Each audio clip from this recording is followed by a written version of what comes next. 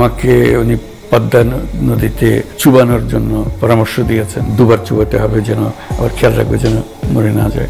দূরত্ব বলে খুব হালকা হয়ে যায় কথাটা। আমাদের একটা এমডি পদের জন্য পদ্মা সেতুর মতো সেতুর টাকা বন্ধ করেছে, তাকেও আবার পদ্মা নদীতে দিয়ে 2টা চুবড়ি দিয়ে উঠাই নেওয়া উচিত, মরে যাতে না যায়। ডক্টর মোহাম্মদ ইউনূসকে শেখ হাসিনা সহ্য করতে পারে না। শেখ হাসিনা যখনই সুযোগ পাবে তখনই ডক্টর ইউনূসের ক্ষতি করবে। এমনকি ডক্টর ইউনূসকে জানে মেরে ফেলতে শেখ হাসিনা এতটুকু দ্বিধাবোধ করবে না। শেখ হাসিনার যত বড় বড় শত্রু রয়েছে তার মধ্যে অন্যতম বড় শত্রু হচ্ছে ডক্টর মোহাম্মদ ইউনূস। কিন্তু কি কারণে শেখ হাসিনা ডক্টর ইউনূসকে সহ্য করতে পারে না? ডক্টর ইউনূস শেখ হাসিনার কোন বাড়া ভাতে ছাই ফেলে দিয়েছিল? ऐसा कोई भी आदमी बचा है ये शहर में जिससे तुमने उधार न मांगा हो? ए उधरचंद, तुमसे बात कर रहा हूं मैं। क्या है? গ্যারেন্টি দিচ্ছি ডক্টর ইউনূস আর শেখ হাসিনার মধ্যে ইতিহাস জানলে আপনার গায়ের লোম খাড়া হয়ে যাবে। তো ভিডিওটি শুরু করার আগে যারা চ্যানেলে নতুন রয়েছেন তারা এখনই চ্যানেলটি সাবস্ক্রাইব করে ফেলুন, আর কমেন্ট করে জানাবেন আপনি ডক্টর ইউনূসকে পছন্দ করেন নাকি শেখ হাসিনাকে পছন্দ করেন। তো যেমনটা জানেন শেখ হাসিনার মতো ডক্টর ইউনূস ভারতের দালালি করে না। हम दुखी थे, लेकिन हमसे ज्यादा दुखी 2 और लोग थे। ইতিমধ্যে ভারতকে কঠোর হুঁশিয়ারি দিয়েছে doctor Yunus. If you destabilize Bangladesh, it will spill over all around Bangladesh, including Myanmar and Seven Sisters and West Bengal, everywhere. বাংলাদেশের দিকে চোখ তুলে তাকালে ভারতকে আস্ত রাখবেন না ডক্টর ইউনূস। বাংলাদেশের অভ্যন্তরীণ বিষয়গুলোতে ভারত হস্তক্ষেপ করতে চাইলে ভারতকে অস্থিতিশীল করে দিবে বাংলাদেশ। তবে এই প্রথম বাংলাদেশে তত্ত্বাবধায়ক সরকার আসেনি। এর আগে বেশ কয়েকবার বাংলাদেশে তত্ত্বাবধায়ক সরকার এসেছে। 2007 সালেও কিন্তু বাংলাদেশে তত্ত্বাবধায়ক সরকার হয়েছিল। সেই সরকারের প্রধান উপদেষ্টা ছিলেন বাংলাদেশ ব্যাংকের সাবেক গভর্নর ফখরুদ্দিন আহমেদ। ডক্টর ইউনূসের সাথে অনেক মিল রয়েছে ফখরুদ্দিন আহমেদের। এই দুইজনই ঢাকা বিশ্ববিদ্যালয়ের অর্থনীতি বিভাগ থেকে অনার্স এবং মাস্টার্স সম্পন্ন করেন। তারা দুইজনই ঢাকা বিশ্ববিদ্যালয় থেকে পাশ করে আমেরিকায় চলে যান গবেষণার জন্য। ডক্টর ইউনূসের মতোই ফখরুদ্দিন আহমেদ বাংলাদেশে ক্ষুদ্র ঋণ নিয়ে কাজ করেছেন। ফখরুদ্দিন আহমেদের তদারকি সরকারের সময় বাংলাদেশ আলোকিত হয়েছিল -2 ফর্মুলায়। সেইবারেও ডক্টর মোহাম্মদ ইউনূসের নাম ভেসে এসেছিল। শেখ হাসিনার সাথে ডক্টর ইউনূসের দ্বন্দ্ব এখান থেকেই শুরু হয়। 5 আগস্ট 2024 সালে বাংলাদেশ ত্যাগ করে শেখ হাসিনা। তার 3 দিন পর অর্থাৎ 8 আগস্ট 2024 সালে বাংলাদেশে পা রাখেন ডক্টর ইউনূস। এরপরে তিনি অন্তর্বর্তী সরকারের প্রধান উপদেষ্টা হিসেবে শপথ গ্রহণ করেন। ডক্টর ইউনূসের জন্ম হয়েছিল 1940 সালে বাংলাদেশের চট্টগ্রামে। তার বাবা হাজী দুলা মিয়া একজন স্বর্ণ ব্যবসায়ী ছিলেন। মোট 8 ভাই বোনের সাথে বেড়ে উঠেছেন ডক্টর ইউনূস। চট্টগ্রামে স্কুল ও কলেজের পড়াশোনা শেষ করে তিনি ঢাকা বিশ্ববিদ্যালয়ে ভর্তি হন, আর এখান থেকে অর্থনীতি বিভাগে তিনি অনার্স মাস্টার্স শেষ করেন। তারপরেই শুরু করেন পড়ানো। চট্টগ্রাম কলেজে তিনি শিক্ষকতা শুরু করেন। 1965 সালে ফুল ব্রাইট স্কলারশিপ নিয়ে আমেরিকাতে চলে যান অর্থনীতি নিয়ে গবেষণা করার জন্য। এরপরে আসে 1971 সাল, যেই বছর তার মাতৃভূমি স্বাধীনতার জন্য রক্ত ঝরাচ্ছে। সেই বছরই পিএইচডি ডিগ্রি হাতে পেয়েছিলেন ডক্টর ইউনূস। স্বাধীনতা যুদ্ধ চলাকালীন দেশে ফিরতে চেয়েছিলেন ডক্টর ইউনূস। আমেরিকা থেকে তিনি মুক্তিযুদ্ধের কাজে হাত লাগান। সেই সময় আরও 5 জন আমেরিকাবাসী পূর্ব বাংলার মানুষের সাথে মিশে সিটিজেন্স কমিটি, বাংলাদেশ তথ্য কেন্দ্র এবং একটি সংবাদপত্র চালাতেন ডক্টর ইউনূস।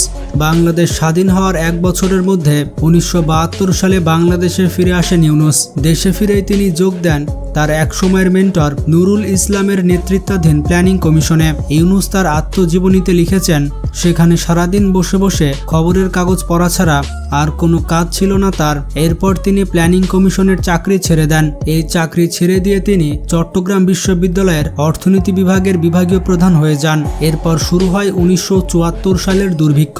ডক্টর ইউনূস সে সময় খুবই কাছ থেকে দুর্ভিক্ষ দেখেছিলেন। বাংলাদেশের দরিদ্র জনতার জন্য তখনই তিনি কিছু করতে চেয়েছিলেন। ক্ষুদ্র ঋণ নিয়ে কাজ করার আইডিয়াটা তিনি এখান থেকে পেয়েছিলেন। পরবর্তীতে 1983 সালে তিনি গ্রামীণ ব্যাংক প্রতিষ্ঠা করেন, যেই গরিব খেটে খেটে খাওয়া মানুষদের ধার দিতে চাইতো না কোনো ব্যাংক, তাদের জন্য ঋণের ব্যবস্থা করে এই গ্রামীণ ব্যাংক। ডক্টর ইউনূস মনে করেন ঋণ পাওয়া সকলেরই অধিকার। 2006 সালে নিচু তলার অর্থনৈতিক এবং সামাজিক উন্নয়নের কাজের জন্য নোবেল শান্তি পুরস্কার পান ডক্টর ইউনূস। ডক্টর ইউনূস যে বছরে নোবেল পুরস্কার পেয়েছিলেন সেই বছরই খালেদা জিয়ার সরকারের মেয়াদ শেষ হয়। তদারকি সরকারের মাথায় কে বসবেন তা নিয়ে বাংলাদেশে অনেক বিক্ষোভ ছড়ায়। সেই সময় পরিস্থিতি সামাল দেওয়ার জন্য মাঠে সেনাবাহিনী নামতে বাধ্য হয়। বাংলাদেশে জারি করা হয় জরুরি অবস্থা। এমনটাও শোনা যায় সে সময় তদারকি সরকারের মাথায় বসার জন্য সেনাবাহিনীর তরফ থেকে প্রস্তাব গিয়েছিল ডক্টর ইউনূসের কাছে। সেই প্রস্তাব ফিরিয়ে দিয়েছিলেন ডক্টর ইউনূস। তিনি তত্ত্বাবধায়ক সরকারের প্রধান হতে চাননি। তিনি তখন বলেছিলেন তদারকি সরকারের প্রধান হওয়া উচিত এমন একজন ব্যক্তির যিনি সবসময় নিরপেক্ষ থাকবে, এবং আমি এই মুহূর্তে নিরপেক্ষ নই। তবে অনেকে বলে থাকে স্বল্প মেয়াদের জন্য তিনি দায়িত্ব নিতে চাননি। 2007 সালের জানুয়ারিতে ফখরুদ্দিন আহমেদকে প্রধান উপদেষ্টা করা হয় এবং সেই সময় ফখরুদ্দিন এবং ডক্টর ইউনূস দুজনই ছিল আমেরিকার পছন্দের। ফখরুদ্দিনের তদারকি সরকার দুর্নীতির অভিযোগে শেখ হাসিনাকে গ্রেফতার করে। সেই সময় গ্রেফতার করা হয় খালেদা জিয়া এবং তার ছেলে তারেক জিয়াকে। সেই সময় গ্রেফতার হন অসংখ্য রাজনৈতিক আমলা এবং অনেক বড় বড় ব্যবসায়ী। সেনাচালিত তদারকি সরকার তখন চেয়েছিল আওয়ামী লীগ এবং বিএনপিকে বাংলাদেশের রাজনীতি থেকে মুছে ফেলতে, আর এই ফর্মুলাকেই -2 ফর্মুলা বলা হয়। -2 মানে হাসিনা খালেদা মুক্ত বাংলাদেশ, যেখানে বাংলাদেশের রাজনীতিতে শেখ হাসিনাও থাকবে না, খালেদা জিয়াও থাকবে না। 2007 সালে যখন -2 ফর্মুলা নিয়ে গোটা বাংলাদেশ আলোকিত, তখন রাজনৈতিক দল তৈরি করার প্রস্তাব দেন ডক্টর ইউনূস। 2006 সাল থেকে তিনি আরও কিছু বাংলাদেশি বুদ্ধিজীবীদের নিয়ে দুর্নীতিমুক্ত রাজনীতির জন্য সরব হয়েছিলেন। 2007 সালে তিনি নাগরিক শক্তি নামের একটি দল গঠন করতে চেয়েছিলেন, তবে পরে তার এই সিদ্ধান্ত থেকে তাকে পেছনে ফিরে আসতে হয়। পরে তিনি বলেছিলেন রাজনীতি আমার জায়গা নয়, কিন্তু 2024 সালের সেই রাজনীতিতে আবারও ফিরে আসতে হলো ডক্টর ইউনূসকে। তিনি বাংলাদেশে ফিরে আসলেন অন্তর্বর্তী সরকারের প্রধান উপদেষ্টা হিসেবে। প্রতিরক্ষা, সশস্ত্র বাহিনী, শিক্ষা, বাণিজ্য, রেল এবং কৃষি সহ মোট 27টি মন্ত্রণালয়ের দায়িত্ব পান তিনি। 2009 সালে ক্ষমতায় ফিরেছিলেন হাসিনা। তখন একের পর এক দুর্নীতি মামলায় জর্জরিত হন ডক্টর ইউনূস। তাকে গ্রামীণ ব্যাংকের পদ থেকে অপসারিত করা হয়। ডক্টর ইউনূসকে -2 চক্রী মনে করে আওয়ামী লীগ। আওয়ামী লীগ মনে করত ডক্টর ইউনূসের কারণেই তারা দেশের রাজনীতি থেকে মুছে যেতে পারে, আর এই কারণেই ক্ষমতায় আসার পর শেখ হাসিনা ডক্টর ইউনূসের নামে 150টি মামলা করে। বর্তমানে হাসিনা সরকারের পতন হয়েছে, আওয়ামী লীগের বড় বড় নেতারা দেশ ছেড়ে পালিয়েছে। তবে অন্তর্বর্তী সরকারের শপথ গ্রহণের আগেই একটি মামলা থেকে মুক্তি পেয়েছিলেন ডক্টর ইউনূস। তার 2 দিন পরে আরও একটি মামলা থেকে তিনি অব্যাহতি পেয়েছিলেন। তবে তার নামে এখনো অনেক মামলা রয়েছে। এই মামলাগুলোর ভবিষ্যৎ কি? ডক্টর ইউনূসের পরিচালনায় কি -2 এর দ্বিতীয় অধ্যায় চালু হলো? এখন কি বাংলাদেশে নতুন রাজনৈতিক দলের উত্থান হবে? মানুষের মনে অনেক প্রশ্নই জাগছে।